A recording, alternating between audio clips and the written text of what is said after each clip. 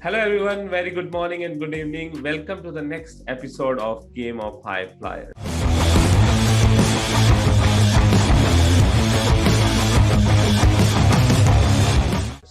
And in this episode today, we have Alex with us.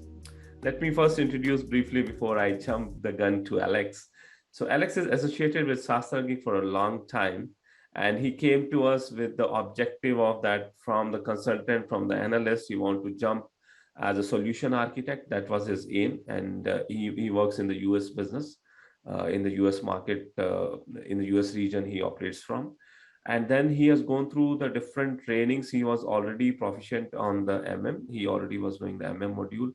He went to the PP basic, PP advanced, and then he felt that it would be good to gain more and clarify concepts for sourcing procurement also. So sourcing procurement also, he has done both basics and advanced training with us, and he has also done to the E to Z Fury. So he has been involved into the multiple trainings in last, I would say, 1 year with us. And then finally, after preparation, he has applied for the multiple jobs, and he got multiple offers coming from aviation industries, coming from multiple consultings, and he was able to convert.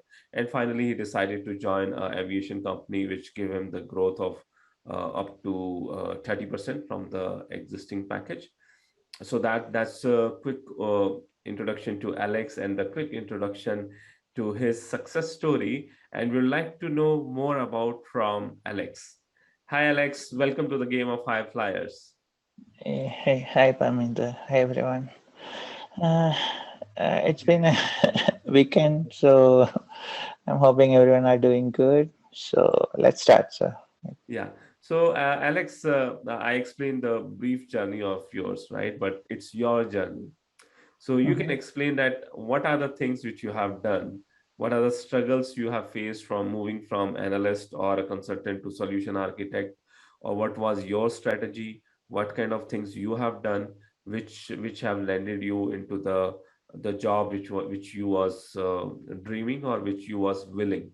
So if you can highlight your struggles, if you can highlight your challenges, and what made the success, what are the key factors, key things which made the success. We have a lot of people I have in our community who are into the same path. They want to become a solution architect from consultant. So it would be very helpful for them. Oh, yeah, sure. For any new analyst, to be honest, to land into a job is one of the biggest challenge.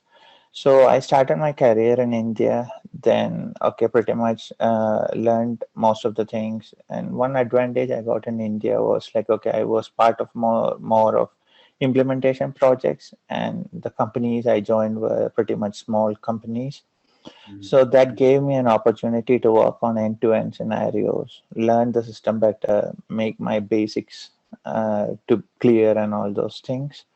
And especially when it comes to what's say different module integrations, understanding and so I started my career as an consultant, and then I was pretty much concentrating more on like okay, how can I grow a little bit more, like okay, how can I expand my knowledge on the integration part so that I get a complete picture when I'm going into a project. So that was the key thing I kept in my mind in any job.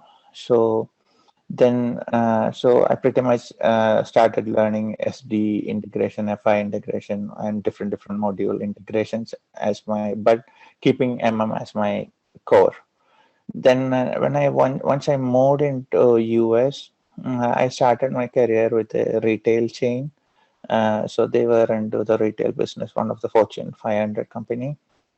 So then I faced like okay, from a small industry, I was facing that real challenge. Like okay, I'm coming into a big industry where I'm seeing multiple systems, integrations, interfaces. I really got scared to be honest. But that 9 month of experience in US gave me made me think like okay, get the bigger picture. Like okay, how a project is, how a person in a supporting or an implementation role, how he should be thinking. So it made me get that bigger picture thought process. And then after that, I landed in the food manufacturing company. and I pretty much spent almost half of my career in that industry, to be honest. And the place was really good. So in there also, my key strategy was to keep my core module with me, get the maximum knowledge on that, and then start expand. And then I started learning different modules, because at that point I started thinking like, okay, this is time for me to grow, think about a different position, and my aim was to be a solution architect.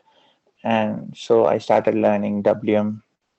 I worked on many WM projects within the company, and then I started decided to learn PP, and then I joined SastraGeek. It was at that time like S4. I wanted to start my learning process on S4 side, and then I took the basics and advanced training from SastraGeek. To be honest, that training was really in depth, in detail, and it was like the way like I wanted to learn, like, okay, how you integrate with other modules. So I've gone through training trial videos, and I couldn't see them explaining anything where your PP is integrated to CO. So that is one of the important thing I noticed in the Shastra Greek training, and I decided like, okay, I should join there. Once I joined there, then I started listening to your classes and the way you are getting updated on new technologies. So then Fiori was something which came in my mind. Like, I wanted to be a master in that part, in that area, and I felt like all your trainings were up to date, giving me better understanding of like, okay, what Fiori is, how each new uh, mm, uh, what can say, any new app which is coming, or any new uh, updates which are coming from SAP, we are on top of it. So that is one thing I liked about it. And I didn't want to be like, okay, person like who is 5 years old, old in the. So that is basically it, like to keep up to the trend, keep on learning, and make sure like what is needed, what is your aim that you have to have in your mind. And then I'm thinking like, okay, you'll reach there at one point. And so that is the thing, those are the things I kept in my mind, and keeping on studying, updating myself, that is what I did all throughout my career. And that's where I am now in. So that's great. That's great. So what Alex has highlighted two key things. One thing is keep your aim in mind and never lose it. So that's what will keep you moving. And he has kept on learning. So I really appreciate Alex's efforts to learning because he has into the multiple trainings with us, and I see that he is the most regular one. I hardly see Alex missing a session, and he was most regular even for the videos also. He has gone through in most of them. So keep on learning. That's where basically the thing. And now the way the industry is going, the way SAP is going, the way S4 HANA is going, even people say that you have a very good knowledge. But before coming to this interview, I spent 30 to 45 minutes. I was learning on SAP Rise, what are the new things that's come with SAP Rise. So SAPs keep on changing. So even if it is me, even it is Alex, or even it is you listening to this interview, you'll have to keep on learning. The way the things are changing, the learning will never stop. So that's the very good thing. So Alex, I would ask a particular question. So one more good thing which Alex highlighted, that he put it the MM as a core and try to build surround it with the another module's knowledge to become a solution architect. That's the right way. Your core module should be your core module, and you try to build the pipelines with the another modules. So when you was learning from MM, you was learning, let's say, the PP. How difficult it was, or you find it easy to grab the in-depth knowledge of another module? I actually keep two things in my mind in any implementation or any project. The basic is your org structure and master data. So I spend a lot of time on master data and org structure. So uh, so even before coming into the PP part, I was knowing like, okay, where it is integrated. So then taking this course made me put all these things to pieces together. So it was pretty much easy for me to just expand my knowledge into PP. Only thing is I just wanted to understand like, okay, what are the planning strategies, what are the different manufacturing processes, Hmm. and the basic structure and all those things are still remaining the same. You're just making your system behave in a way like, okay, your production can also be done in that same system. I have pretty much done the same effort, and I purposefully didn't do anything. Say like, okay, I at this point I should be learning this module. Not like that. Based on the requirement which came within the client, I started putting my interest on those modules. So initially, it was a WM requirement. Even before WM, we were working on a GTM system, which is kind of like only 19 implementations were done worldwide. That system was. It was heavily customized. Then I decided to learn ABAP. Oh, At, that was great. okay, yeah. At that point, I learned ABAP. So that would be my first cross module learning. I started learning ABAP, and at this point, I can easily write the code, do the debug. I can read. So that really helped me, and I would always do that way. Like there is nothing we cannot learn, is what I understood from this. Like when I started my career, I was thinking ABAP is the most difficult thing, but after learning that, I understood like, okay, it is one of the easiest among all these modules. So that's the way things are going. Yeah, so it's that from far when you look, oh, coding is there, OPP, bill of material, those things. From far, the things looks difficult, but once you have a platform, once you are on the one module and you learn it, it's not never difficult to learn to branch to the different things. So right now, I'm also focusing on FICO module. So for me, that was always very difficult one. But when you jump into it and you try to understand it, you find it that from far it looks difficult, but it's not that difficult. So you have a platform, then you can go to the different modules learning. That's right.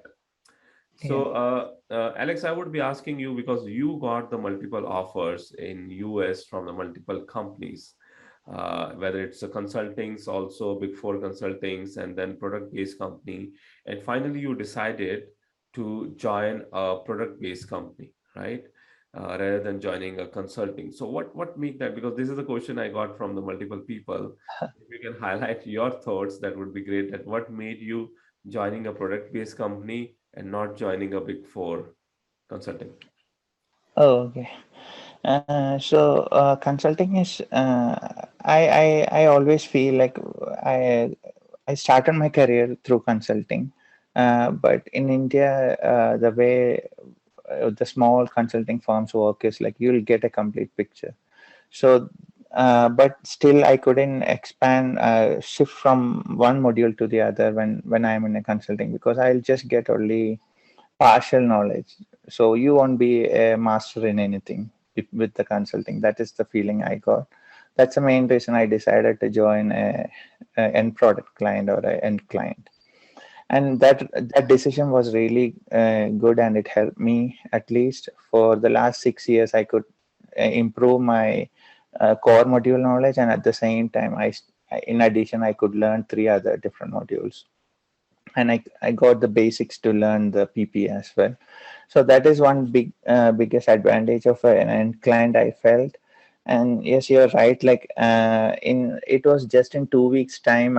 I after completing all these courses, I thought like, okay, I used to do one thing regularly. Every year, I used to make sure like I'll just take an interview just to see like where I am, what is the market trend, what new technologies they are really looking for within SAP.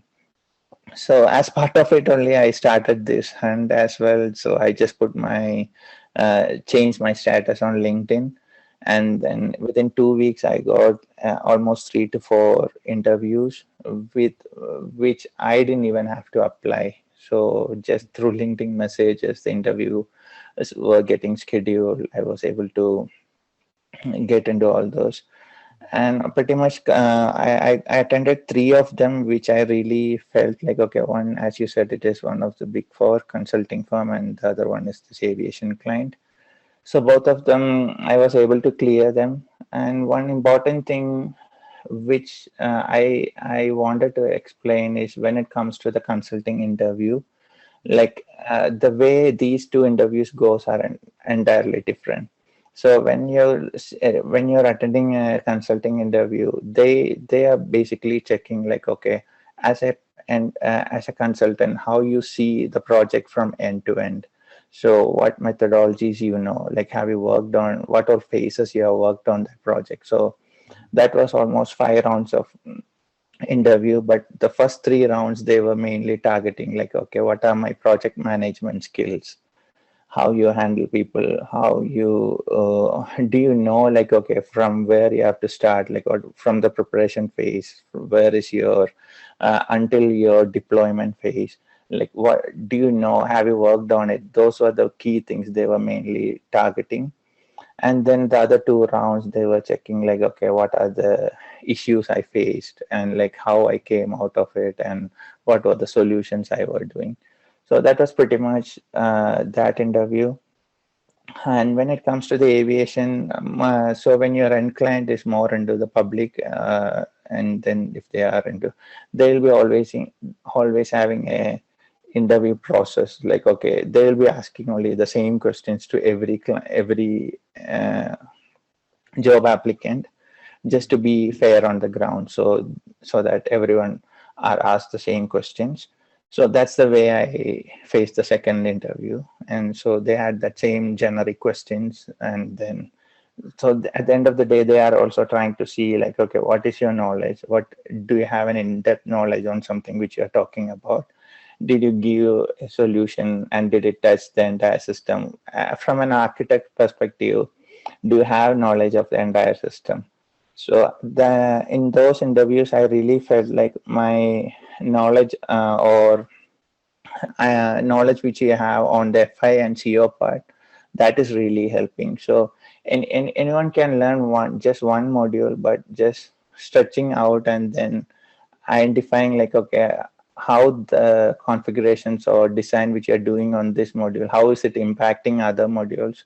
If you are just trying to do that part, I feel like that will make us really successful, because that is, at the end of the day, everyone are getting benefit of us making that extra effort to make sure that the person is not really impacted with Okay. our decision. Okay, great, great. So Alex has also highlighted not only the product and the consulting, but the interviews also what has been asked and how the both interviews has gone in a different manner. So that would be very helpful for people who are listening. Another thing, I also the Alex you mentioned that you went to the LinkedIn. I always say that LinkedIn is gold mine for Europe, US. It's there, but India also it's now booming up. Even I also getting on I'm working on a project which is from US, and all this freelancing I'm doing sitting from India is basically it's coming through LinkedIn. So LinkedIn is a gold mine for the people who are looking for a job, who are looking for freelancing or anything. But is there any another popular channel in US which people would be using apart from LinkedIn? So all my three jobs I landed up through LinkedIn, Okay. and the effort was really less. So I didn't ever try on something which is different. LinkedIn always helped me, but I took the effort to make sure, like, okay, I have the proper connections on LinkedIn.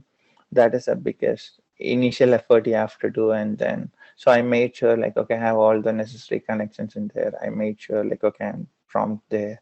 I reply to the messages, and I made sure, like, I keep on adding the connections which are related to my area.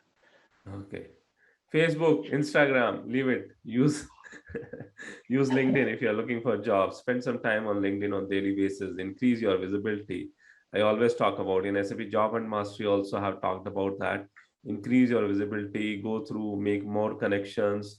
Go through the articles and other things which is there in LinkedIn. Like them, reshare them. That will increase your visibility, increase your connections. That will help a lot. And specifically when you go through the solution architect side, it's more than 10 years of experience you would be having.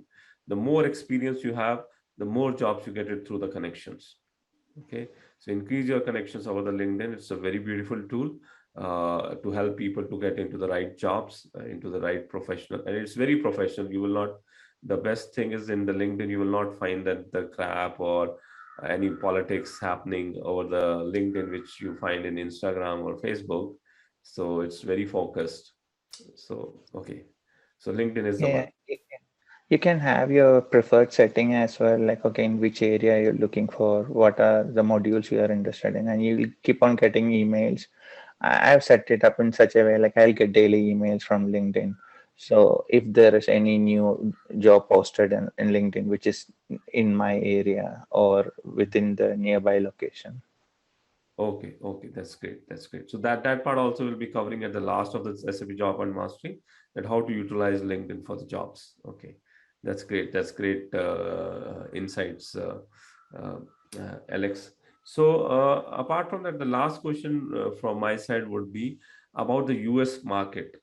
How the US market is working for the SAP side? Is there a lot of job openings there, and what kind of job openings there? Do we have only the experienced peoples are required, or do you have also visibility where the freshers are required, the new people are required in SAP? How's the overall market trend do you see in US for SAP? Currently the market is really positive and it's in a boom, that is for sure. And everyone are doing there because we have another 5 years or maybe maximum 10 years left to be in ECC. So there are a lot of conversion projects or an implementation project which is going on to S4. So the only thing is resources are less, but the projects are really more. So if we are seeing like just within 1 week, I got almost 3 to 4 interview calls, and that is kind of the market in here. And freshers, I'm not sure like how that works. But I have seen in companies like they graduate, they do their masters, and then they start as interns, and then from there they're making their path to SAP and then getting experience. And that is the way I've seen how it worked in here.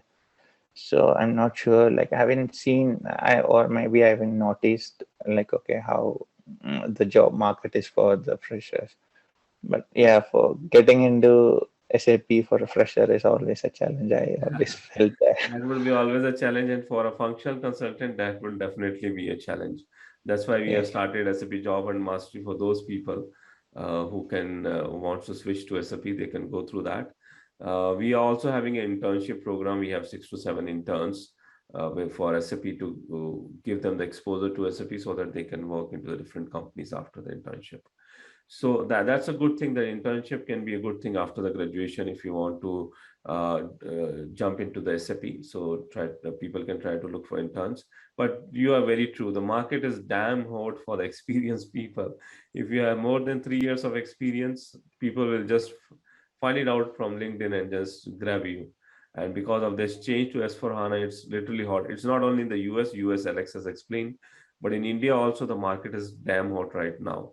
A lot of people are getting placed, a lot of people has a job openings. The students update us at least couple of interviews, they are giving it every week. So you need to make sure that your resumes are updated. If it is not updated, get it updated and jump into the market when it is hot. Okay, even with the less skill set also you will be able to get placed.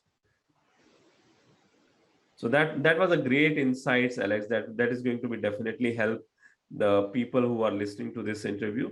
So I again thank you for joining us in this interview in this episode, and I also congratulate you on your success. And I hope now I don't hope I'm sure that with with your mindset you will go way ahead. So from our side, we give you a token of appreciation. Aman would be sharing as it's just a small token of appreciation, some discount coupons which you can use in SastraGeek to further learn the things over the SastraGeek platform. And we also have a Facebook community. In the Facebook community, we have a mentorship program. So I would love to see you become a mentor for the other peoples. and guide them wherever they require a guidance to become a solution architect. Yeah, sure. Thank you. Okay. Thank you. Thank you, Alex. Thank you, everyone. Bye bye for now. Okay. Thank you. Bye.